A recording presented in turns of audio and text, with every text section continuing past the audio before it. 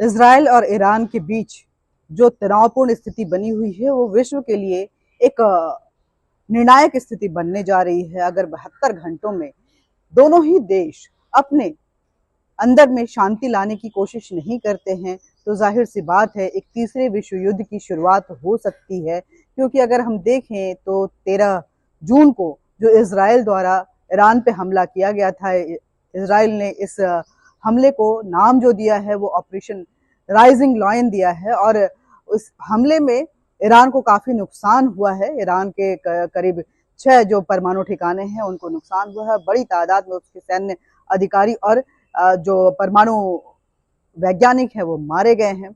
ऐसे में बदला लेने के लिए इजराइल ने भी जवाबी कार्रवाई की है और 150 से ज्यादा बैलिस्टिक मिसाइल इजराइल पे छोड़े गए हैं। हालांकि नुकसान ज्यादा ईरान को हुआ है, लेकिन इस हमले के बाद अगर देखें तो विश्व दो भागों में बटा हुआ नजर आ रहा है। अमेरिका ने खुलकर इजराइल का समर्थन किया है और यूरोपियन कंट्रीज भी कुछ हद तक इजराइल के साथ नजर आ रही हैं। वहीं रूस और चीन ने ईरान का खुल के समर्थन किया है। 13 जून के उस हमले को लेकर के रूस ने इजराइल की निंदा की है और कहा है कि इस तरह के हमले विश्व के लिए खतरा बन सकता है। यही नहीं, रूस ने ईरान को कुछ सैन्य हथियार भी भेजे हैं। अगर आने वाले समय में रूस और भी हथियार भेजता है और अपने सैनिकों को भेजता है तो जाहिर सी बात है ये युद्ध लंबा खिंच सकता है और ईरान को बल मिल सकता है। उधर चीन ने भी ईरान का समर्थन किया है।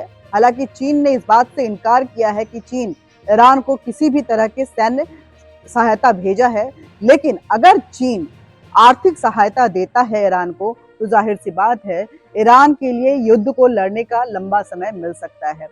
आपको बता दें कि ईरान के साथ चीन का लगभग 400 अरब डॉलर का ऊर्जा समझौता भी हाल ही में हुआ है।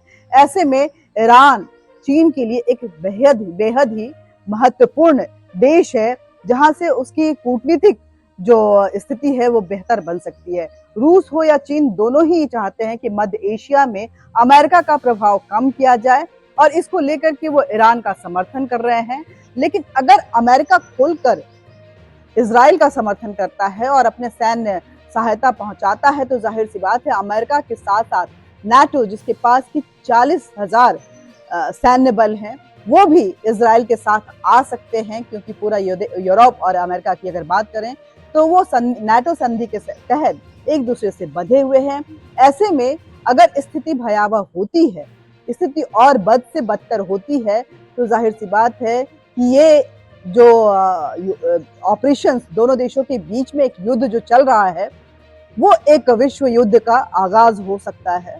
और आपको बता दें कि नेतन्याहू ने, जो कि इजराइल के प्रमुख हैं, उन्होंने ये साफ कर दिया है कि जब तक इस्लामिक सोच को जड़ से वो खत्म नहीं करेंगे तब तक ईरान पे हमला होता रहेगा। ईरान ने भी अपने रेड फ्लैग को, जो कि वो युद्ध काल में लहराते हैं, उसको ऊपर लहरा दिया है और लगातार जवाबी कार्रवाई इजराइल पे किए जा रहा है।